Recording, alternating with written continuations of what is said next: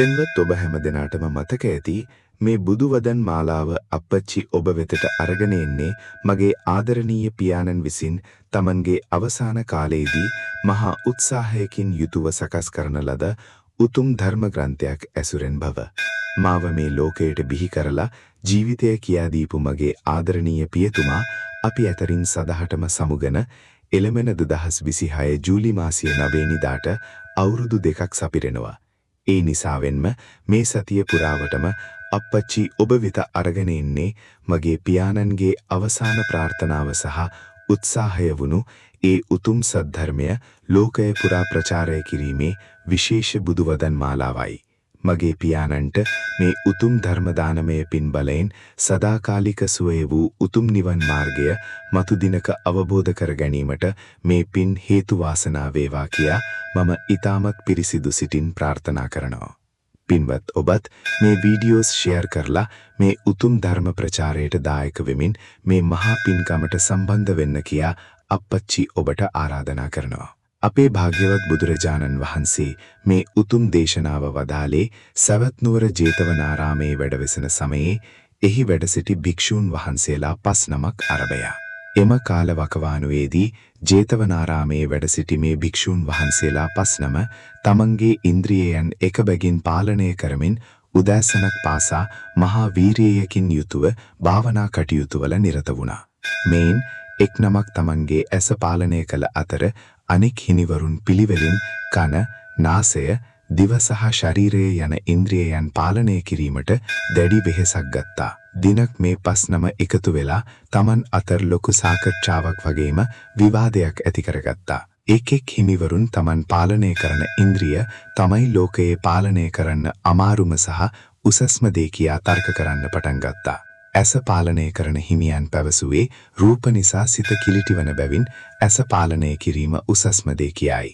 වචනය සහ දිව පාලනය කරන හිමියන් පැවසුවේ වචනයෙන් සිදුවන වැරදි නිසා මුළු ලෝකයක්ම විනාශ වී හැකි බැවින් දිව පාලනය කිරීම උසස්ම දේ කියයි. මේ විදිහට උන්වහන්සේලා අතර තිබුණු ගැටලුව निराකරණය කර ගැනීම සඳහා භාග්‍යවතුන් වහන්සේ අභිමුවට වැඩම කොට තමන්ගේ විවාදය ගැන පවසා සිටියා. උන්වහන්සේලාගේ සැකය දුරු කරමින් වචනය ඇතුළු සියලුම ඉන්ද්‍රියයන් සංවර කර ගැනීමේ සැබෑ වටිනාකම දේශනා කරමින් බුදුරජාණන් වහන්සේ මේ උතුම් දේශනාව වදාලා. උන්වහන්සේ වදාලේ මහණෙනි, ඔබ හැමදෙනාම පාලනය කරන එක ඉන්ද්‍රියයන් සියල්ලම පාලනය කිරීම ඊටමත් වැදගත්. හැබැයි සැබෑ සැනසීම ලබන්න නම් එක ඉන්ද්‍රියක් විතරක් නෙවෙයි තමන්ගේ කය, වචනය සහ සිත යන තුන්දොරම එක හා සමානව සංවර කරගත යුතුයි කියයි. විශේෂයෙන්ම මිනිසුකුට මෙලව වගේම පරලොව ජීවිතයත් සම්පූර්ණයෙන්ම විනාශ කරගන්න පුරුවන් ප්‍රධානම ආයුධයක් තමයි තමන්ගේ වචනය කියා උන්වහන්සේ පෙන්වා දුන්නා. ඒ උතුම් ධර්ම කරුණ ඇතුළත් පාරි ගාථාව ධම්මපදයේ භික්ඛුවක්ගේ මෙන්න මෙහෙම සඳහන් වෙනවා. කායේන සංවරෝ සාදු සාදු වාචාය සංවරෝ මනසා සංවරෝ සාදු සාදු සබ්බත්ත සංවරෝ සබ්බත්ත සංවුතෝ භික්ඛු සබ්බ දුක්ඛා පමුච්චති. මෙහි සරල සහ ඊතා ගැඹුරු අර්ථය වෙන්නේ කයින් සංවර වීම යහපත්ය, වචනයෙන් සංවර වීම යහපත්ය, සිතින් සංවර වීම යහපත්ය, හැම තැනදීම සංවර වීම යහපත්ය. හැම ඉන්ද්‍රියකින්ම සංවර වූ භික්ෂුව හෝ පුද්ගලයා සසරේ පවතින සියලුම දුක් වලින් සම්පූර්ණයෙන්ම මිදෙන්නේය. සාදු වාචාය සංවරෝ යන්නෙන් බුදුරජාණන් වහන්සේ විශේෂයෙන්ම වචනයෙන් සංවර වීමේ අනුශාසනාව අපිට පැහැදිලි කර දෙනවා. වචනයෙන් සිදුවන ප්‍රධාන අකුසල් 4ක් බුදුදහමේ පෙන්වා දෙනවා. ඒ තමයි බොරු කීම, කේලාම් කීම, පරුෂ වචන කීම සහ හිස් වචන හෙවත් සම්ප්‍රප්‍රලාප දෙඩීම.